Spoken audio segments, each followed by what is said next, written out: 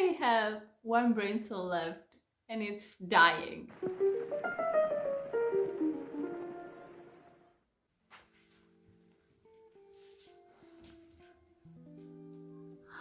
Oh, okay. Hi, welcome to the coziest corner of my room. Welcome back. Today I wanted to do something a little bit different for my channel. I haven't done a proper wrap-up since the beginning of my channel, when I thought I would do seasonal wrap-ups, but that didn't really turn out, so here I am. Recent reads, all of the books that I actually read from the beginning of the year up until now. So the first book that I actually read is a graphic novel. It's the second volume of one of my favorite graphic novels, and it's Deva, Volume 2 by Martina Abatelli, A Tale of Hope. So this is a fantasy graphic novel in which there is a really big territory split between 4 different families, and it's a very dynastic and traditionalist country, and you follow this really cute and humble tailor named Umalone, and he meets a monk and he finds out he's actually a demigod, and there is a war that it's on the verge of breaking out, so they have to prevent that. And while the first volume was amazing, I think the second volume outdid that. The drawings were amazing, the coloring is amazing, and the story is so intricate and detailed.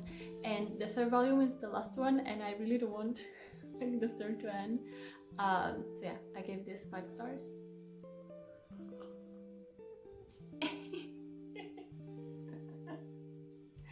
So the next bunch of books are actually mangas, and I read them to do a research because I'm really interested in a specific kind of mangas and the tropes that come with it.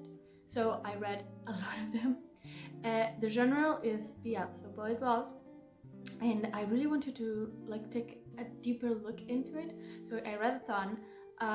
There was also the fact that my brain was fried from exams. So the first one is Neon Sign Amber by Ogretsu Tanaka. This is a very popular author, and the story talks about a bouncer that works in a club, and he meets a how do I say Casanova in English? A guy who's always there to pick up girls, but he's always unsuccessful. And so the protagonist, the bouncer, ends up lending him money, and since the other one doesn't have a lot of money to give it back, he says, well, I'm gonna make you breakfast for the next month or so to repay you. And they begin to grow a friendship, and then a romance blooms. This is definitely a manga for more mature audiences. It's an adult manga, and I actually really enjoyed it. The storyline was well developed, the characters were again well developed, and the art style was amazing. So I gave it 4 stars. I just want to show you.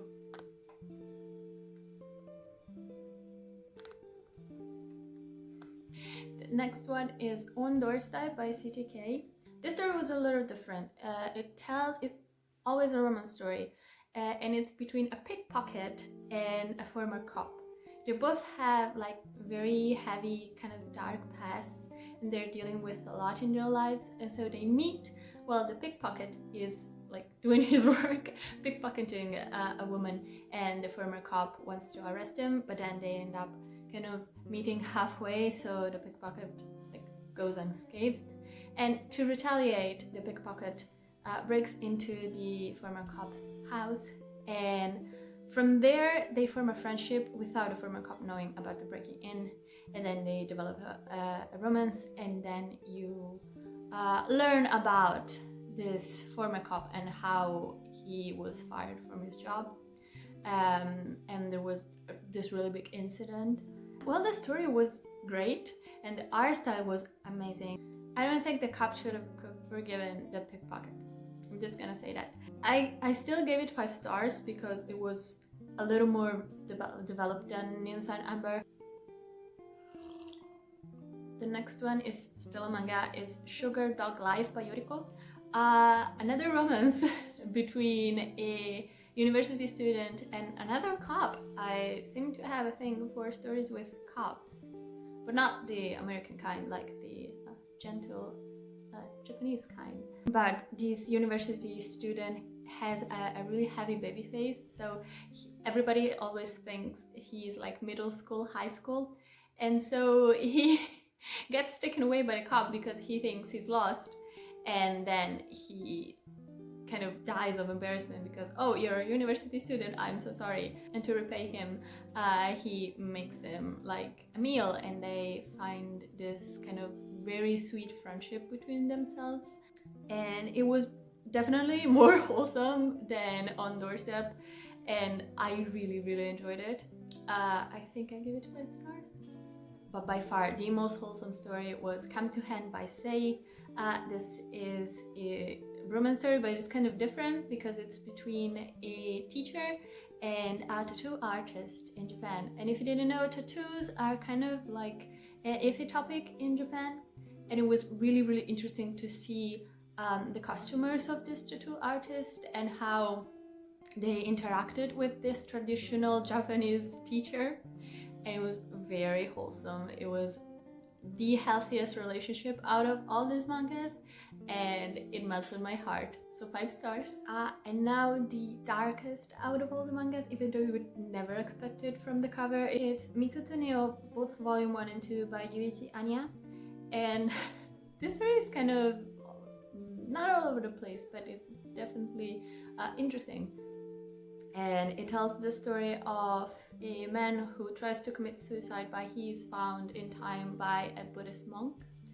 And they find out that this man that attempted suicide has lost all of his memories, and so they begin living together in this temple to try and find something that is wrong, like what happened to this man. And they also find out that this man is carrying a bag that looks like it belongs to a little girl full of money. So it was really dark in the way that you find out what happened in the past, but it was also really well done. I think it touches on a lot of sensitive topics, so please be warned if you want to read this manga. Definitely one of the darkest, but definitely one of the best that I've read for this whole discussion. Let's begin with the book categories, because I've read books. I swear I did. The first one I actually listened to the audiobook, and it's The Bookshop on the Corner by Jenny Colgan. I didn't really like this book. It talks about a woman who is a literary matchmaker, so she can kind of guess what you want and how you are and give you the perfect book for you.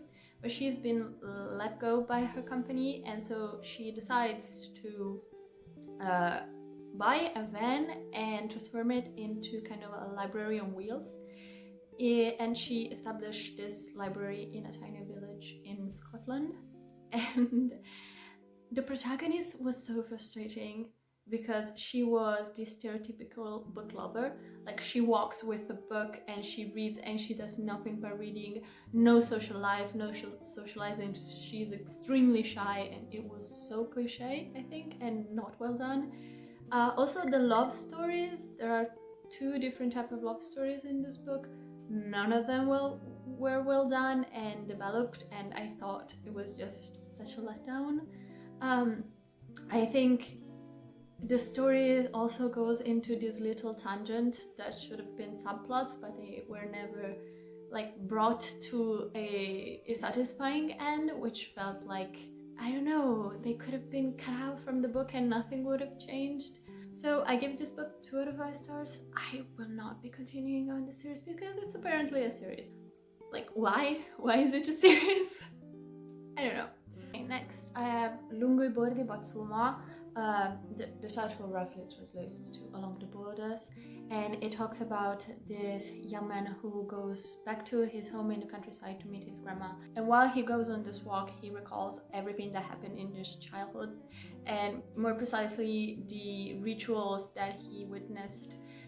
These really cruel and very weird rituals that people did to keep the bad spirits away.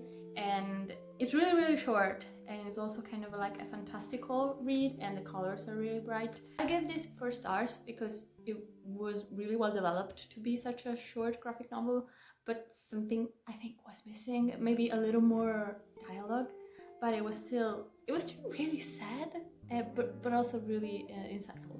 Next, I have Franny and Zoe by J.D. Salinger. This is a personalized copy that my friend Julia over at the General Arts class gave to me because it's one of her favorite books. So she like underlined and made charts for me. It was really, really sweet.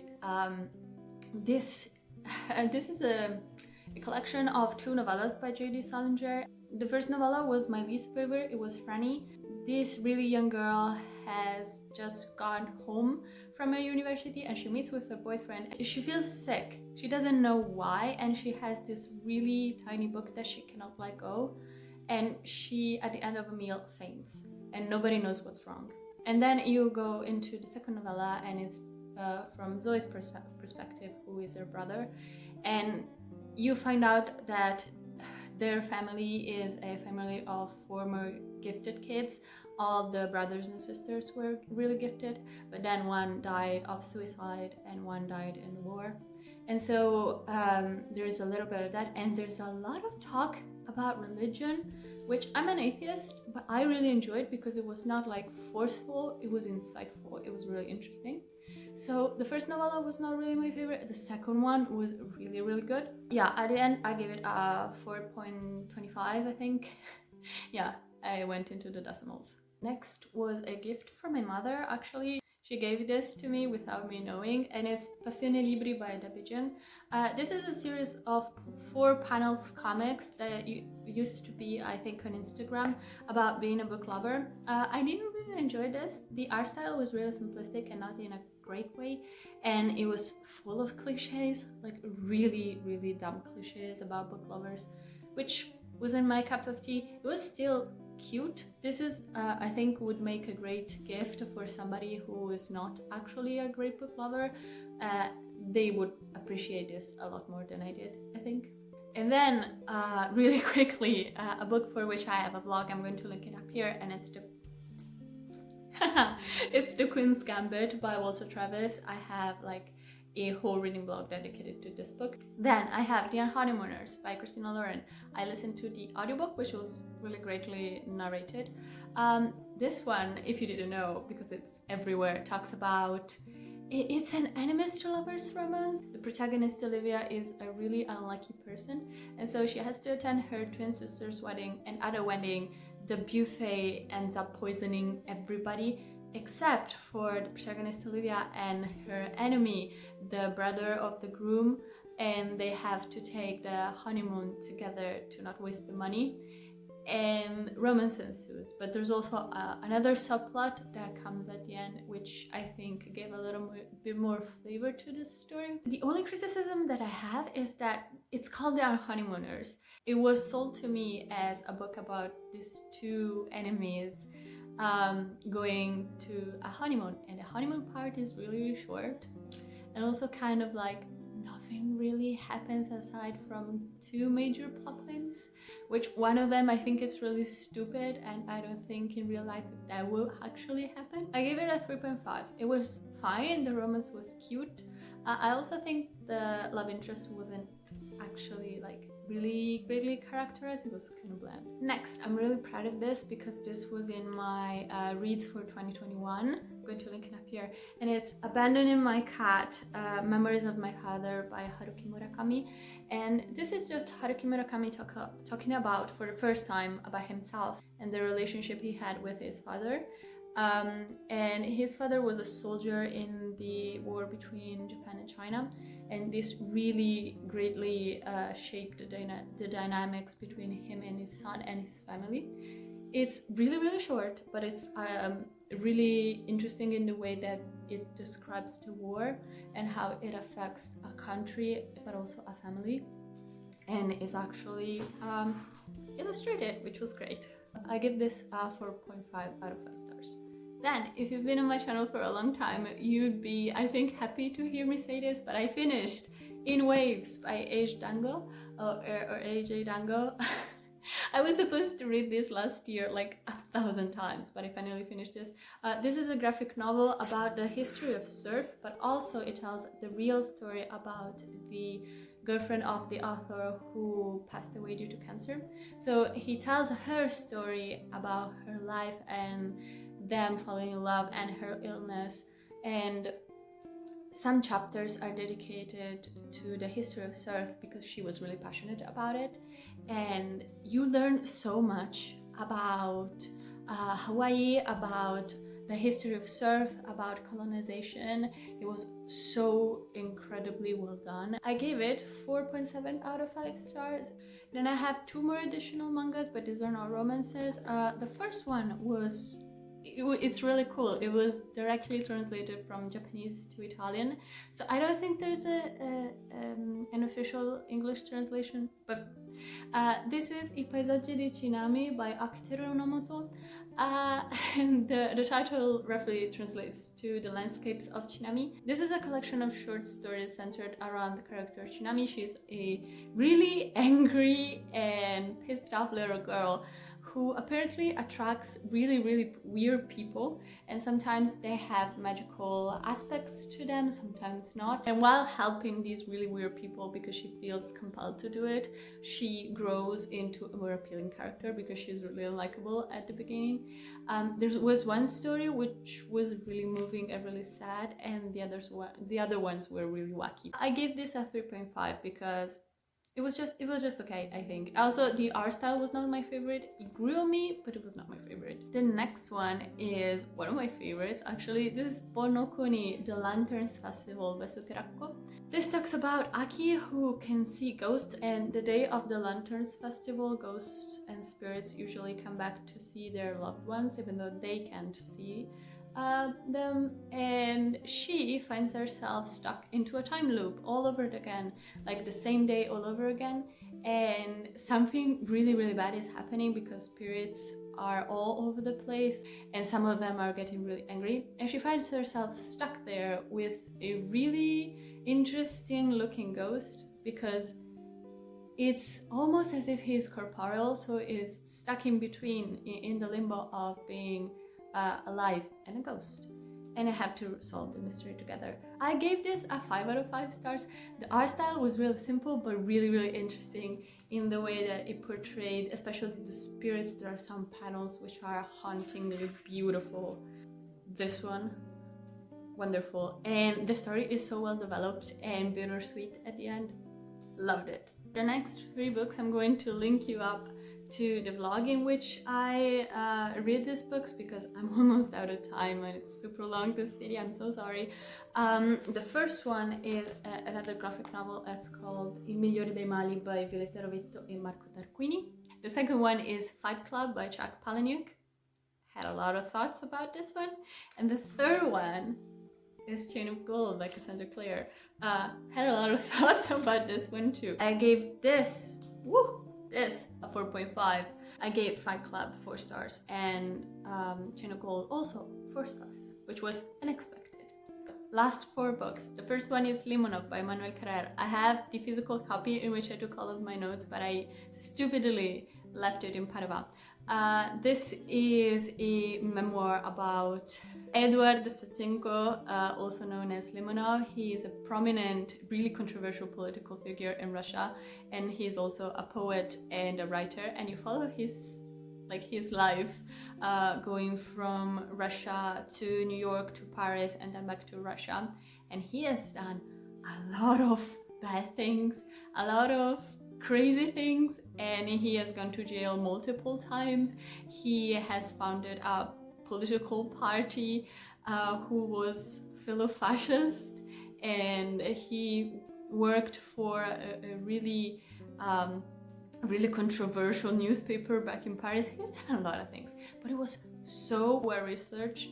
Emmanuel Carrère is a Nobel Prize winner, I think also because of this book. And throughout this book you really can see what was the political climate in Russia from between the 1940s up to now. So I gave Lemonov a 4.5 out of 5 stars, I think, which because it was great. There are some parts which I think dragged, but it was still like superbly done. Even though I don't like Lemonov, I still was really interested in his story. Finally, a popular book. I finished really recently the audiobook for I'm Thinking of Ending Things by Ian Reid. and I loved it. It was one of the best suspense thriller I've read in a while. And I won't give you a synopsis. Aside from a man and his girlfriend are going to a secluded farm where the parents of the man live, and from there everything happens. And I was left with so many questions, but I was glad that I was left with so much curiosity about this book. I still haven't watched the movie. I think I'm going to. I give this book, I think, a 4.5 out of 5 stars. It was great. It was just great. But you have to go into it blind or else it won't work. Second to last book is going to be one of the first book in French that I've read this year. This is Traverso du Temps by Yasuda Katsutsui. If you've seen the movie The Girl Who Leaped Through Time, this is the book that inspired it. And if you watched the movie and enjoyed it, don't bother with the book. This is just like the skeleton without meat of the story. So you follow a really young girl in high school, and one day she witnesses dark shadows in the science room of her high school. She enters, she breathes in this really scented gas, and she finds herself the next day with the power to leap through time, and mystery ensues. The book is really short for a reason. There are no details, no descriptions. It's just mostly dialogue and things that happen and actions. I give it this 2.5 out of 5 stars. A 2.5 because I still love the story, because the concept is really, I think, innovative in the way that it did it. And the reveal at the end was super, I don't want to use the word interesting again. Don't bother if you watch the movie. If you haven't seen the movie, watch the movie.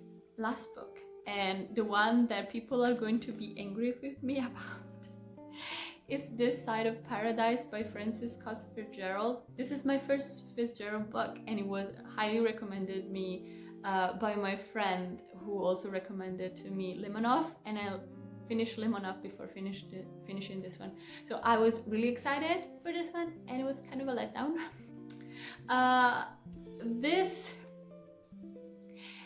Okay, if you know anything about Fitzgerald and you read this, you know that what I'm going to say is right. This is a self-insert fanfiction of Fitzgerald.